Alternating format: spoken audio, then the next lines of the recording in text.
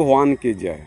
श्री कृष्ण भगवान कहते हैं महाभारत में कि मनुष्य पूजा पाठ क्यों करता है, वो डरता है।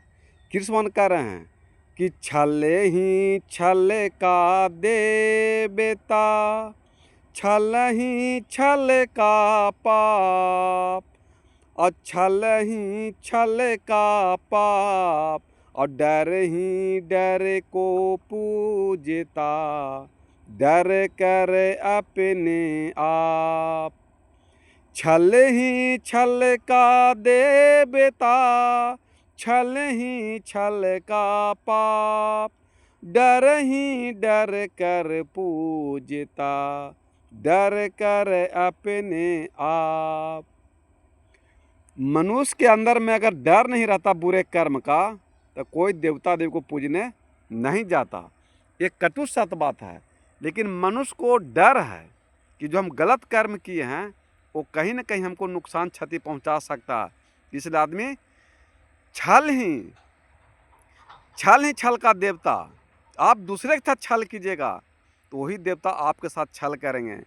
अगर आप दूसरे के साथ छल नहीं कीजिएगा तो भगवान भी आपको साथ नहीं छलेंगे। और छल ही छल का पाप है। जो आप दूसरे के साथ छल कर रहे हैं, कपट कर रहे हैं, निंदा शिकायत कर रहे हैं, वही पाप है। और डर ही डर का पूजता। अगर आपके भीतर में बुरे कर्म का डर नहीं रहता तो आप देवता देव को नहीं पूजते। और डर कर अपने आप, मनुष्य डरा हुआ है कि हम दारू ताड़ी मांस मछली मुर्गा खा रहे हैं, गलत कर्म कर रहे हैं, इसलिए देवता देवी को पूजता है, अन्यथा कहीं नहीं पूजता। आज सदगुरु कबीर साहब के जो अनुयायी हैं उनको लोग कहते हैं कि देवता देवी को पूजता नहीं है, दिया करते जलाता नहीं है। क्यों नहीं? क्योंकि वो दारू ताड़ी मांस मछली मुर्गा जो भी है वो त्याग दिए हैं। तो जब जख्म ही नहीं है तो मलहम की ज़रूरत हमको क्यों है? जब बीमार ही नहीं है तो हॉस्पिटल की ज़रूरत क्या है? हॉस्पिटल ज़रूरत किसको है? जो बीमार है। मलहम की ज़रूरत किसको है? जिसको जख्म है। लेकिन जो विषय वासना में नहीं डूबा है, वो गलत कर्म कर ही नहीं रहा, निंदा शिकायत कर ही नहीं रहा, मैंने दारू ताड़ी मांस मुर्गा खा ही नहीं रहा, निंदा शिकायत कर ही नहीं रहा, किसी साथ छल नहीं कर रहा, तो फिर उसको डरने की आवश्यकता है। मौत तो एक दिन सबको आना है। आया है सो जाएगा राजा रंग फकीर, एक सिंहासन चढ़ ले एक बन हजार जंजीर। मौत तो साधु संत महात्मा सबको आना है।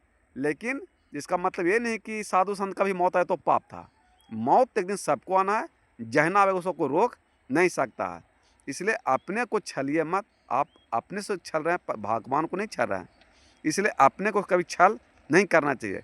आप अपने साथ छल कर रहे हैं, आप देवता देवी माता पिता के साथ छल नहीं करते हैं। इसलिए मनुष्य को हमेशा मन में छल कपट को त्याग कर करके ही निर्मलता से, दया से, प्रेम से, करुणा से ही व्यवहार करना चाहिए। तो आपका उद्धार कल्याण हो सकता है। प्रेम से बोले सतगुरुदेव भगवान की जय।